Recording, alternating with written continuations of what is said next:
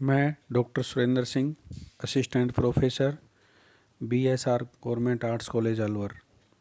आज मैं बीए प्रथम वर्ष के प्रथम पेपर राजनीति विज्ञान के मूल आधार के प्रथम अध्याय राजनीति विज्ञान, परिभाषा, क्षेत्र और प्रकृति अर्थात परंपरागत दृष्टिकोण के बारे में आपको अध्ययन करवाऊंगा। राजनीति विज्ञान की परिभाषा परंपरागत दृष्टिकोण के अनुसार अरस्तु एक सामान्य सिद्धांत का प्रतिपादन करता है। वो कहता है कि समाज में रहने वाले व्यक्ति के जीवन के विभिन्न पक्ष होते हैं और मानव जीवन के इन विभिन्न पक्षों का अध्ययन विभिन्न समाज विज्ञानों द्वारा किया जाता है। समाजशास्त्र मानव के सामाजिक जीवन, अर्थशास्त्र मानव के आर्थिक जीवन और नीति शास्त्र मानव जीवन के नैतिक पक्ष का अध्ययन करता है। इन शास्त्रों के समान ही राजनीति विज्ञान द्वारा मानव जीवन के राजनीतिक पक्ष का अध्ययन किया जाता है। राजनीति विज्ञान विषय के परंपरागत विद्वानों द्वारा इस विषय की विभिन्न परिभाषाएं प्रस्तुत की गई हैं, जिन्हें प्रमुख रूप से निम्नलिखित 3 वर्गों में बांटा जा सकता है। राजनीति विज्ञान केवल राज्य का अध्ययन है। दूसरी बात, राजनीति विज्ञान केवल सरकार का अध्ययन है। तीसरी बात है कि राजनीति विज्ञान राज्य और सरकार दोनों का अध्ययन है। राजनीति विज्ञान राज्य का अध्ययन मानव के राजनीतिक जीवन का अध्ययन करने के लिए उन संस्थाओं का ज्ञान प्राप्त करना अनिवार्य हो जाता है जिनके अंतर्गत मानव ने अपना राजनीतिक जीवन आरंभ किया और जिनके माध्यम से वह अपने राजनीतिक जीवन को विकसित करने के लिए प्रयत्नशील है। इस प्रकार की राजनीतिक संस्थाओं में राज्य सबसे प्रमुख है।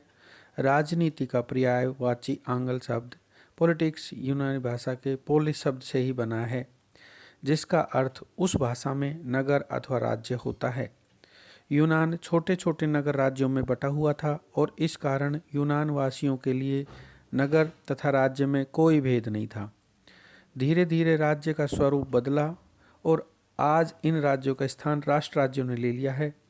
स्वाभाविक रूप से राज्य के इस विकसित और विस्तृत रूप से संबंधित विषय को राजनीति विज्ञान कहा जाने लगा।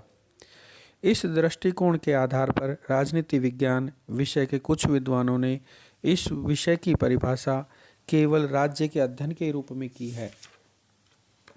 बलनसली के अनुसार राजनीति विज्ञान वह विज्ञान है जिसका संबंध राज्य से है और जो यह समझने का प्रयत्न करता है कि राज्य के आधारभूत तत्व क्या हैं, उसका आवश्यक स्वरूप क्या है और उसके किन विविध रूपों में अभिव्यक्ति होती है तथा उसका विकास कैसे हुआ है। इसी प्रकार जर्मन लेखक गैरेज का कथन है कि राजनीति विज्ञान में शक्ति की संस्था के रूप में राज्य के समस्त संबंधों, उसकी संपत्ति, स्थिति, प्रयोजन, नैतिक महत्व, आर्थिक समस्याओं, अस्तित्व की अवस्थाओं, वित्तीय पहलू तथा उद्देश्य आदि पर विचार किया जाता है। प्रसिद्ध विद्वान डॉक्टर गॉर्नर के अनुसार राजनीति विज्ञान विषय के अध्ययन का आरंभ और अंत राज्य के साथ होता है। गोडनोव, एक्टन और डॉक्टर जकारिया आदि के द्वारा भी राजनीति विज्ञान को राज्य का ही अध्ययन बताया गया है। तो इस प्रकार से जो पुराने परंपरागत राजनीतिक विचारक हैं वो कहते हैं कि राजनीति विज्ञान राज्य का अध्ययन है। राजनीति विज्ञान सरकार का अध्ययन। वर्तमान समय में राजनीति विज्ञान के कुछ विद्वान उपयुक्त परिभाषाओं को स्वीकार नहीं करते। वे राज्य के स्थान पर सरकार के अध्ययन पर बल देते हैं।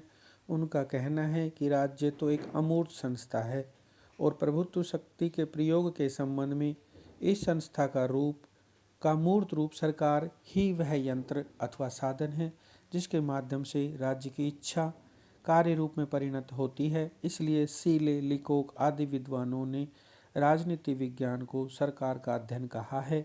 सीले कहता है कि राजनीति विज्ञान उसी प्रकार सरकार के तत्वों का अनुसंधान करता है जैसे संपत्ति शास्त्र संपत्ति का, जीव शास्त्र जीवन का, बीज गणित अंकों का और ज्यामिति शास्त्र स्थान और लंबाई चौड़ाई का करता है। इसी प्रकार लिकोक भी कहते हैं कि राजनीति विज्ञान सरकार से संबंधित विद्या है। तीसरा पॉइंट आता है कि राजनीति विज्ञान राज्य और सरकार दोनों का अध्ययन है। उपयुक्त सभी विद्वानों द्वारा दी गई राजनीति विज्ञान की परिभाषाएं वस्तुतः एकांगी हैं। जहाँ तक राजनीति विज्ञान का संबंध है उसमें राज्य और सरकार इन दोनों का ही अध्ययन किया जाता है।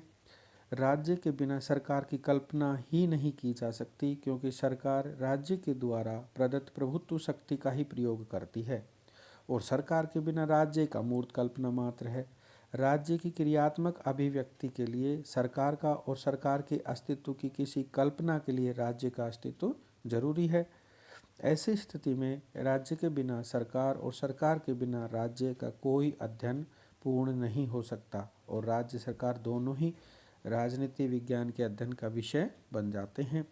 फ्रांसीसी विचारक पॉल जेनेट इसी विचार को व्यक्त करते हुए कहते हैं कि राजनीति विज्ञान समाज विज्ञानों का वह अंग है जिसमें राज्य के आधार और सरकार के सिद्धांतों पर विचार किया जाता है।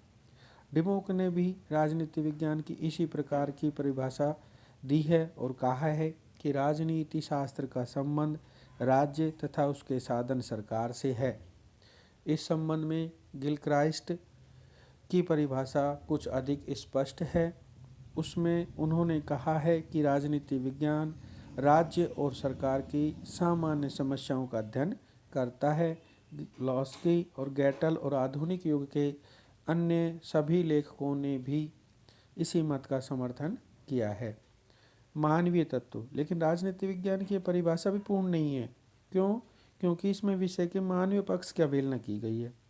यह बात निर्विवाद रूप से सत्य है कि किसी भी समाज विज्ञान और इसलिए राजनीति विज्ञान का अध्ययन उसके प्रसंग में मानवीय तत्व के अध्ययन के बिना पूर्ण नहीं हो सकता।